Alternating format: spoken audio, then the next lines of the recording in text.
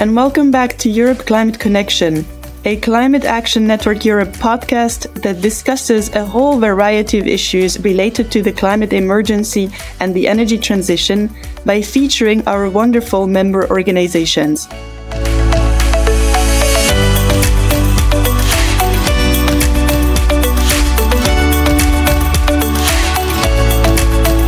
I'm Olivia Saxer, and I'm joined today by my co-host, Rachel Brabbins. Hi, Rachel. Hi, Olivia. Great to be with you again. So we have a really fantastic guest on this episode of the podcast who will be able to take a deep dive into one of the most talked about issues of 2022, the energy crisis, and in particular, how we can keep our homes warm with real and renewable solutions. Claire O'Connor is from Friends of the Earth Ireland and is no stranger to the podcasting world. Isn't that right, Claire? Yeah, thanks for having me today, Rachel. Prior to working to Friends of the Earth, I used to host a weekly radio show on Dublin City FM here in Dublin, and I'd chat about the climate crisis, speak to different politicians and leaders in this area. So yeah, I'm used to having a mic in front of me for these types of chats, for sure. That's great. And can you tell us a bit about your role at Friends of the Earth Ireland? Yeah, so I'm the Energy Policy Officer for Friends of the Earth Ireland, and I predominantly look at energy efficiency, decarbonisation of heat, and then also the social dimensions of the energy transition, so looking at energy poverty, for example. So it's been a busy couple of months, as you can imagine. I started back in January, just as the energy crisis was sort of starting. So a lot of the work has been very much guided and led by the fact that we're in a really urgent crisis. I suppose both the energy crisis and the climate crisis as well. So a lot of the work is looking at how we respond to both of these crises in a way that doesn't impact the people who are most vulnerable and it is really fair. So that's what my work looks like. And I do mainly research and then advocacy and lobbying to politicians here in Ireland as well as campaigning and the communications part of that too. And how about Friends of the Earth Ireland? What is the particular focus of the work there? So Friends of the Earth Ireland for a long time have been running a campaign around faster and fairer climate action. So it's ensuring that while reaching our targets, so Ireland currently has a target of reducing our emissions by 51% by 2030. And it's ensuring that we do that in a fair way. So it's emissions and that progressive kind of socially way of looking at it too. Thanks so much for joining us, Claire. So as you mentioned, we're currently facing an unprecedented cost of living crisis, especially with the very high energy prices. Winter's here, and even if it's to varying degrees, everyone in Europe can feel the impact of high energy bills. So my question to you is, what should we do? What should governments do to support the most vulnerable? And do you have a specific thing that the Irish government should do? So I suppose at an EU level, we really need to see this collective kind of response. And I think we need to see urgent measures that protect the people who are most vulnerable to energy poverty.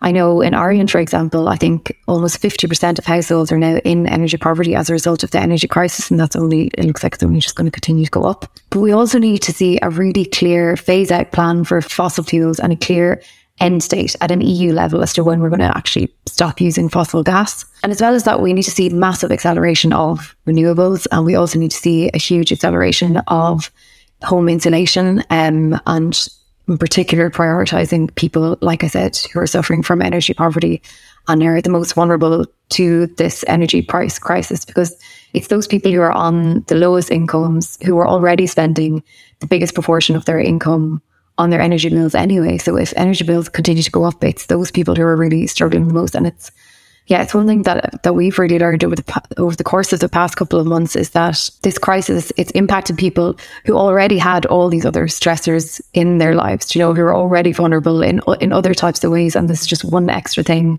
for those people who are already really vulnerable anyway. I mean, beyond this phase out of fossil fuels, what do you think we should do to make sure that everybody has warm home and can actually, how do we solve this social and climate crisis at the same time? I think a big focus will need to be on a much more progressive way of retrofitting and insulating people's homes. So in Ireland, for example, we have our national retrofit plan, and the government have aimed to retrofit 500,000 homes by 2030. And it's the biggest infrastructure project the state has ever undertaken if they are to actually reach this 500,000 homes by 2030.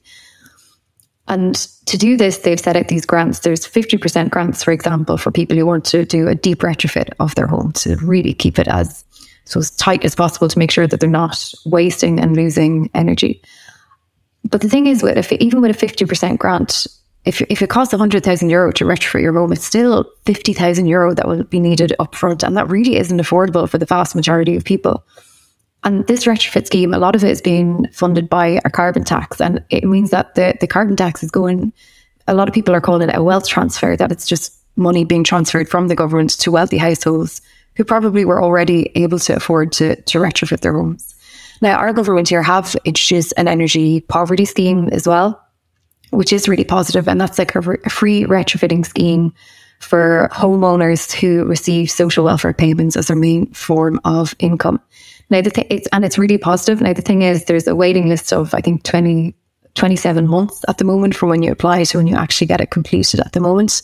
And as well as that, it leaves renters, tenants out in the cold completely. At the moment, there's no specific plan. And I know this is a problem across Europe, addressing the split incentive issue between landlords and tenants. But even for those who are in energy poverty, there's no plan at the moment to retrofit homes of tenants who are living in energy poverty.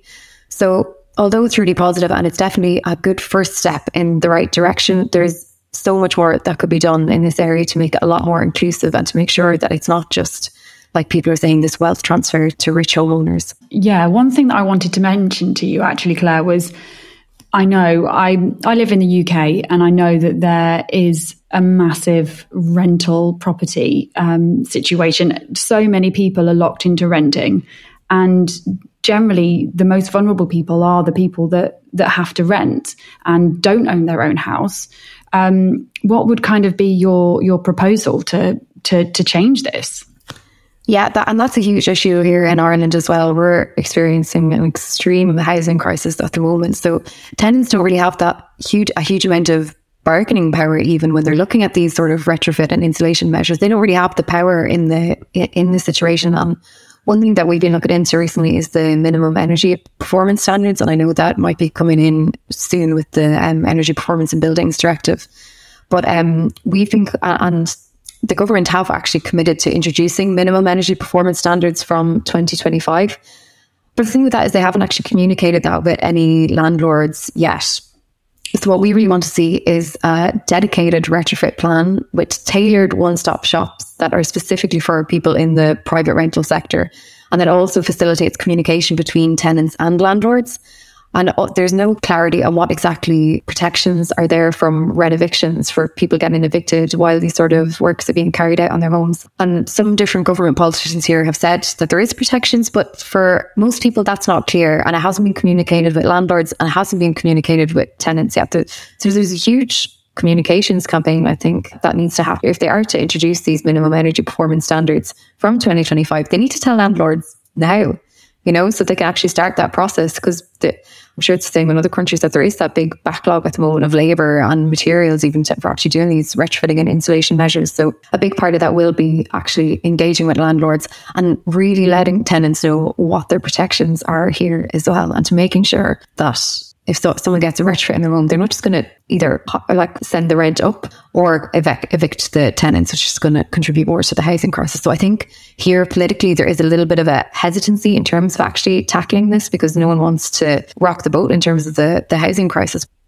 I'm a renter and I am so frustrated. I can't change my energy supply. I am locked in to fossil fuels. And again, we are locking vulnerable people into fossil fuels. And do you see that situation is going to change? Has there been any changes in Ireland and wider in the EU?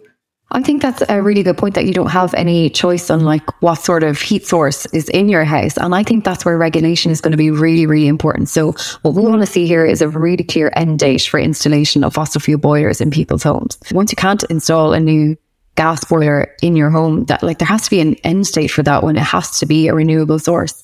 And there's just that phase out plan hasn't been introduced here in Ireland. Now, our Minister for the Environment and Climate has actually in recent weeks said that he will come up with a plan in the next couple of months. So we're really looking forward to seeing that. That would be really positive if they actually set clear end dates and a clear plan as to how they're going to get fossil fuel boilers out of people's homes. Like I said, they're not going to be allowed in new homes, but it's how do they get them out of people in their current homes, And I think you're right, renters don't have that choice. And I think it will be regulation where that choice is made for them. So let's now take a bit of a dive into Ireland as an example. So what is the current process for improving household energy efficiency, promoting the installation of heat pumps or other renewable heating solutions and retrofitting? And how do you think it can be improved? Yeah, it's a big question. There's lots of ways it can be improved and lots of things that are going wrong at the moment. I guess if you look at heat pumps specifically, at the moment, if a house wants to consider getting a heat pump installed, and there are some really good grants out there to actually get your heat pump, but a technical assessment has to be done of your home first. And it's quite stringent, the requirements that are needed of your home to get this heat pump installed. And there's grants to get this technical assessment, but you can only get the grants after the assessment has been done and has said, yes, your home is ready for a heat pump. So basically, if you get the technical assessment that turns out you're not eligible for a heat pump, you don't get any sort of grant. And it's quite expensive to get those technical assessments. So there's quite a lot of financial barriers, I think. There's also the actual grant application process in itself, not just for homeowners, but also for the people who do the retrofits and install the heat pumps. A lot of them are finding the grant process just much too difficult to work with, and actually are going like above the grants almost and not accepting grants at all. So that there's that like bureaucratic element of it as well, which is really tricky for people. And as well as that, there's also the engagement and do people know the benefits of heat pumps and retrofitting yet? And I did a piece of research on this earlier this year, and I found that for a lot of people, they just don't really know why they should retrofit. And when they're not seeing all of their neighbours do it, they don't really see why they should do it. There isn't like a clear number on how much money they're going to save on their energy bills every week or every month. So people kind of want to know exactly what they're getting themselves into when they do the retrofit in terms of savings, but also in terms of, can they trust this process? People need this kind of peer-to-peer support. They need to speak to other people who have done it, and they need to speak to people who are going through it to understand what it is they're getting themselves into as well. Would you say that those two elements sort of go hand in hand, in the sense that if you get rid of the administrative barriers and you have like a one-stop shop where you can get advice and help with the admin work, you're more likely, or people are more likely to trust the process? Yeah, I think that's a really good point. And I think this is it, that they're really at the very, very early stages of this process. Like, we have set up now one-stop shops. I think there's 11 that have been set up in Ireland since the start of this year. So it's very early stages. And I think that trust probably will build with time. But I think you're right. I think removing those admin barriers, both for households, but also for industry professionals as well, who seem to be having a really hard time with those grants and stuff like that. So I think it's also building that trust with industry and with the workers who are actually carrying out the work. Yeah. There really needs to be a lot more integrated planning, and are really looking at those barriers like trust and the behavioural aspects of it as well, I think. Yeah, it seems like there's so much to be done. Do you see that there is kind of light at the end of the tunnel? And are you doing any work to try and, like you said, on those issues of trust and the actually people understanding why it's so important to retrofit? Are you doing any specific work on that as well? So in terms of building trust, we've been working quite a lot with different anti-poverty and housing organisations over this year. We might talk about that later. But one of the recommendations some of the anti-poverty organisations have, St Vincent de Paul in particular here, they recommend local community energy advisors being deployed throughout the country here in Ireland, and to build that trust, to be that point of contact that people can chat to and ask questions about. That it's not just this, it's been a very top-down approach up until now, the government telling people like, here's your grants, go apply for them. Whereas what we're calling for and what we have been advocating and lobbying for in the past few months is that real direct face-to-face contact, go straight into the communities, and in particular the people who need these retrofits and need to get their homes insulated the most. They're probably not very likely to go looking for these things themselves, to actually go out and try and find these grants that are quite convoluted on the website. What do you think the community's role should be in this transition to sustainable heating and renewable energy? And can you elaborate a bit more on what you are advocating for? I think one of the things, a really positive thing here in Ireland, is that we have over 500 sustainable energy communities scattered throughout the island, and that's at a very local level, and they're working on really amazing renewable energy projects, and it's communities really taking ownership for things like solar and the more micro generation side of things. But one thing they haven't really leaned into is the retrofitting energy efficiency side of things. And I think one thing we are calling for is that more of like an aggregation approach to retrofitting is taken. So if we look at like different housing estates, that an engagement is being done with the people in these housing estates to say, do you want to retrofit? And that it's done at a very local area-based approach. Because if you're in a housing estate, it'll be quite likely that it'll be similar materials that are needed. The houses will have been built at the same time. And we think that there is much more room for that area-based approach to retrofitting, which hasn't really been explored at a big scale here. There have been a few pilot projects done by the government that have been really positive so far, but it just hasn't been rolled out nationwide yet. And one of the reasons for that is that we do have a very centralised government. Our local governments wouldn't have the same type of power that a lot of local governments would have in other European countries. So that's a big challenge for us then as well in getting the retrofitting done at a local level and meeting the needs of local people, is that the local authorities aren't currently the ones who are heading up the retrofit programs. It's still coming from the government down. So I think a really big thing will be for that bottom-up approach to start, for communities to come together and say, we could save a lot of money in doing this, and we could make local jobs by us all coming together here and applying for retrofitting grants together. Now, at Friends of the Earth Island, you've been doing a great job of bringing different organisations together to build a coalition that tackles energy poverty, including rural organisations and, as you mentioned earlier, anti-poverty organisations.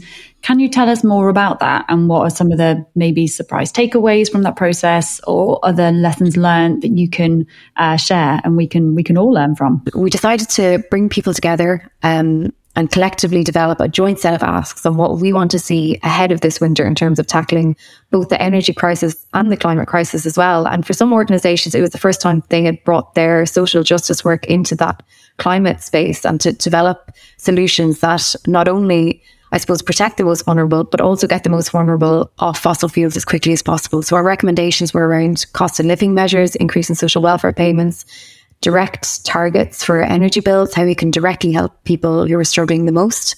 And that was informed by these disability organisations, people or organisations that support the elderly, and anti-poverty organisations. And we got a much better in-depth understanding of how climate action can be done in a really fair and just way.